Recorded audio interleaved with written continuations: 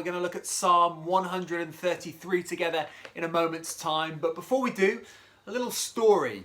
Quite a while ago now, when I was about 22 or 23, I was living here, working here at the church in Beaconsfield, but I'd spent a lot of my time as a teenager in America, and my parents still lived in America, so I went back and forth to America once or twice a year to visit friends and visit family. And I remember one occasion on which I was flying home from America. Now, those who know me well know that I'm not a fan of flying whatsoever, but I was flying home from America, and I remember this flight in particular because I remember a feeling on it. And that feeling was when we were coming into Heathrow, and for some reason the plane had to taxi over Heathrow and over London for quite some time. And it was a nighttime flight. So we were taxiing over London, and we had this incredible view of the lights of London at night time. It was remarkable, just beautiful. You could see really clearly these different landmarks of the city. And I remember sitting on that flight and starting to think about the things that awaited me when I got home, when we landed. So I was thinking of English tea, right? Which I hadn't had for a couple of weeks, and I just wanted a proper cup of tea. I was thinking about all the great things about England which you couldn't get in the United States, primarily because I'm a sappy romantic. I was dating Rachel at the time, but we'd made a decision actually that we loved each other. We wanted to spend our life together. So I was just excited. Rachel was picking me up from the airport. I was just excited about seeing Rachel again. And I can remember those lights over London because they bring back for me this sense of longing and anticipation towards something. I want to read this psalm to you. It's Psalm 133. It's a psalm of longing. It's a psalm of anticipation. Let me read. How good and pleasant it is when God's people live together in unity. It's like precious oil poured down on the head, running down on the beard, running down on Aaron's beard, down on the collar of his robe.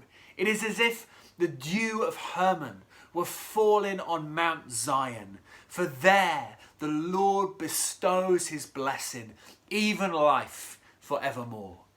This psalm is part of a collection of psalms called the Psalms of Ascent, and they were sung by the people of God as they went up the mountain towards the holy place for the festivals.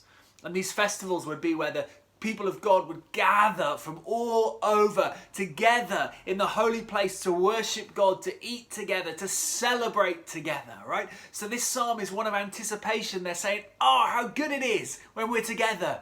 How good it is when we worship together.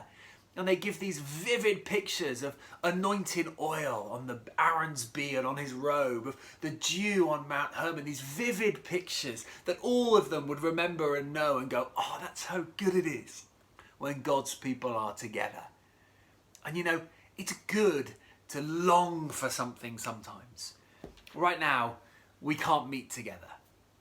How good it is when God's people meet together in unity. It is good, but right now we can't do it. There's been some easing of lockdown, which means that we start to anticipate, we start to long for it. And I guess as that happens, we have a choice as to how we respond. Sitting on that flight, seeing the lights of London and starting to think about a good cup of tea, but maybe more importantly, seeing Rachel, of course, I had a choice as to how I responded to my longing. I could go, I hate being on this flight. This is rubbish. I hate this. Or I could trust the pilot and say, but soon, won't it be good?